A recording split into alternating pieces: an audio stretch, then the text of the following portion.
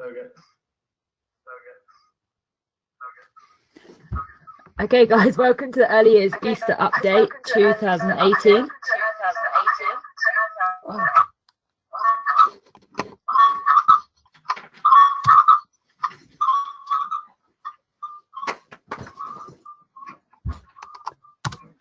Okay, so we're going to do a quick recap from the last review.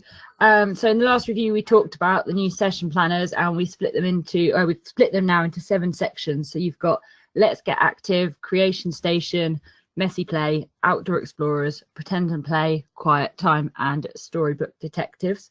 You'll see that these are all split into their different sections, and all of them relate to the different areas of learning. The session planners have also got the instructor prompts and open-ended questions that you can ask the children. The instructor prompts are in bold and the open-ended questions are in purple.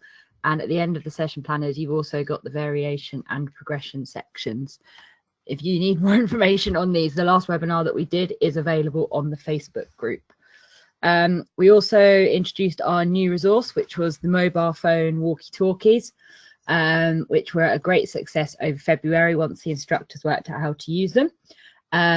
One quick thing is the maintenance of the ICT equipment. So the walkie-talkies and the rugged racers both have got charging plates, and you need to make sure that they are charging while you're doing your setup day. Otherwise, they're not going to work on the first day.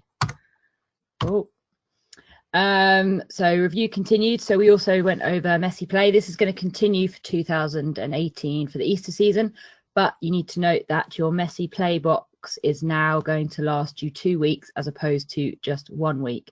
So you need to think carefully about all the resources that you're using, and don't let the children go too wild. Obviously, don't restrict them, but just be sensible because you will not get a replen. A couple of things to remember with Messy Play.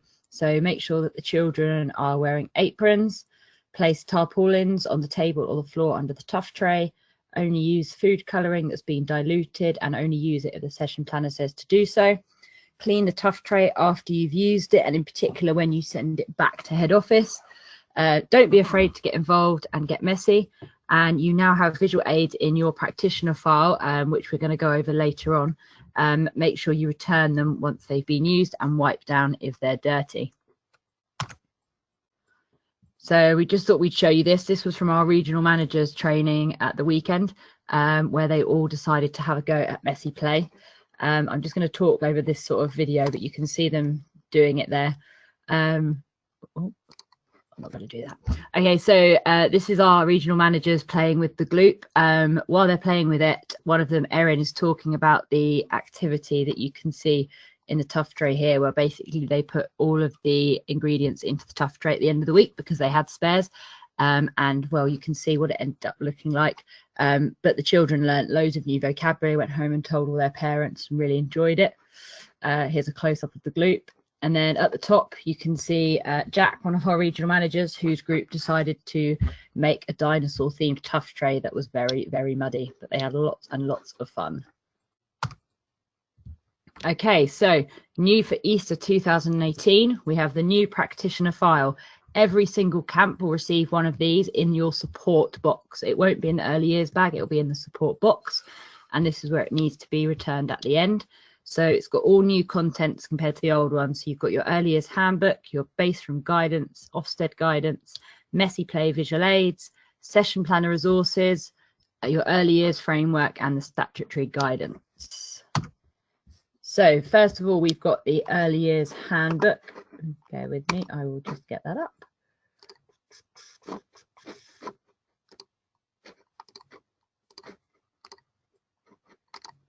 Okay, so we've got the early years handbook here. As you can see, it's got lots of different contents compared to the other one, and the idea is that hopefully it is a bit more visually appealing, because the other one was quite wordy. So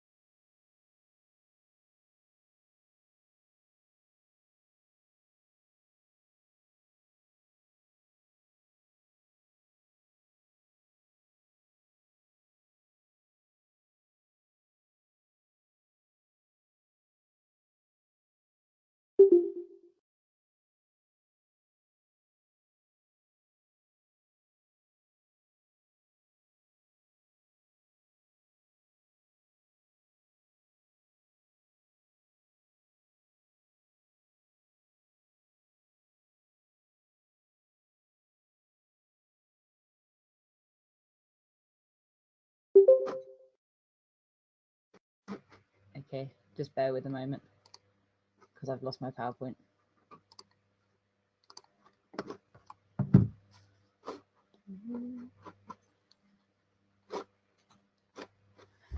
Okay, carry on again. So here you can hopefully see the early years practitioner file. Yeah.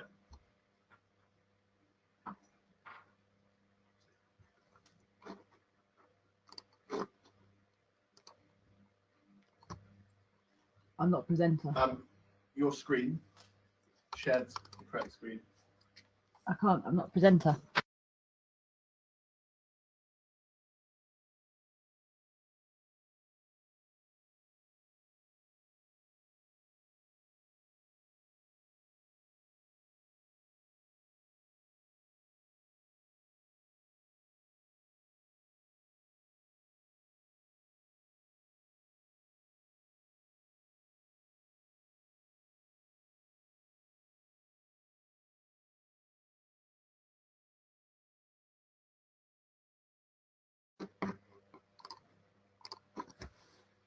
All good?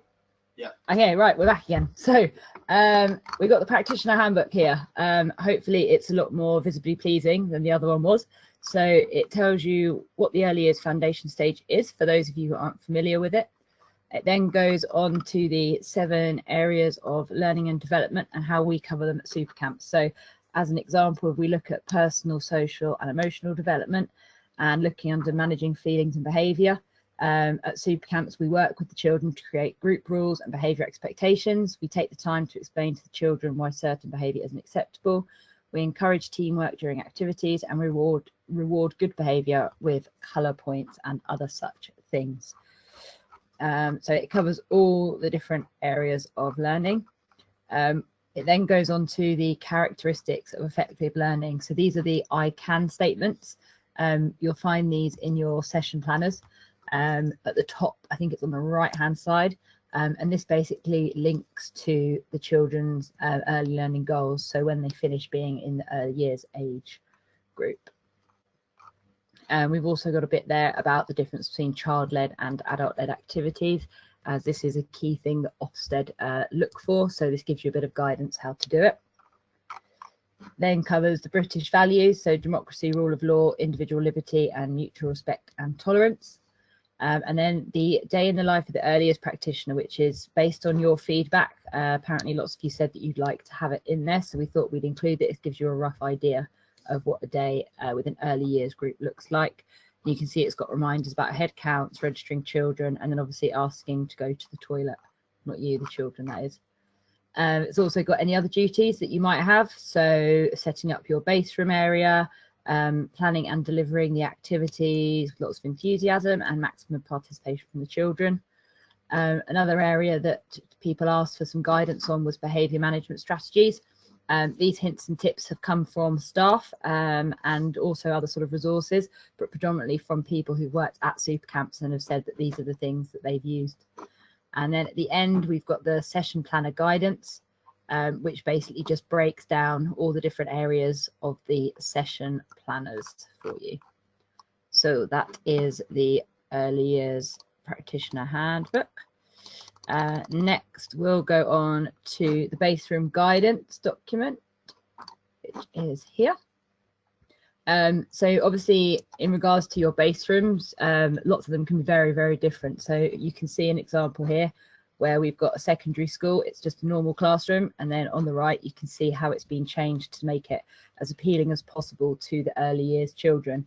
The idea is to not have too many tables in the room, because 9 times out of 10 they won't actually be the right height for the children, and you can see that they've done that in that picture there. There's another example underneath here. This is actually from Summerfields, where the early years group have got a really, really open space upstairs. But because it's so big, the early years practitioner has actually narrowed it down to be in one corner of the room, and they use the rest of that space to do their sort of active games and things. And there's a couple of other examples there that you can see of how people have laid different rooms out. The 2 at the bottom here are actually very, very small rooms. So the practitioners have just tried to do the best that they can do, basically, and you can see there's hardly any tables in this one. And there's a few other examples down here. Things like they've mixed the tweezers here and the money. They don't come in the same part of the bag, but they've put them together to create a new activity. The tough tray's got natural resources in it. They've made a big build and then transformed half of their early years room into a pirate ship. Some have even made their own displays. And then there's a bit of guidance here about how to sort of inspire the children. This is a creative area that has been spotted on a camp before. And as you can see, the children have only got crayons and paper. What we really like to see in your creative areas is to have pom-poms, feathers, anything that you can get your hands on from the art area. You know, even if you've got cardboard boxes at home that you're not going to use and you're just going to recycle, bring those in for junk modelling. It then also covers your visual timetable, which was new for February. That's in your A3 poster wallet, along with the achievement stars poster, which is also in there. And then we've just got a bit of a reminder about health and safety. If you look at that picture, you can see that all the chairs are stacked up in the corner of an early years classroom, which is not very safe at all. Okay, the next one we have. So also in your handbook, you will have the Ofsted guidance. This is just for you to familiarise yourself with what would happen if Ofsted were to come and visit you on camp. It gives you a sort of a run down of the day and what might happen. How you find out about an inspection, how you're supported through the inspection, because we don't expect you to do it on your own. And then it's got some example questions an Ofsted inspector might ask you as well. All the way down there, there's plenty of things on there. Okay, let me just change my screen over one moment.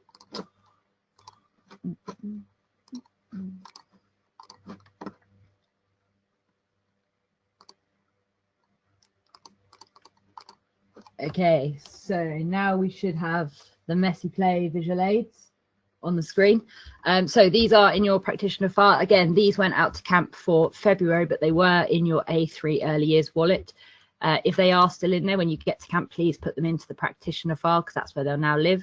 And you've got one of these to support every single Messy Play session planner that you've got. So the example here is giant bubbles.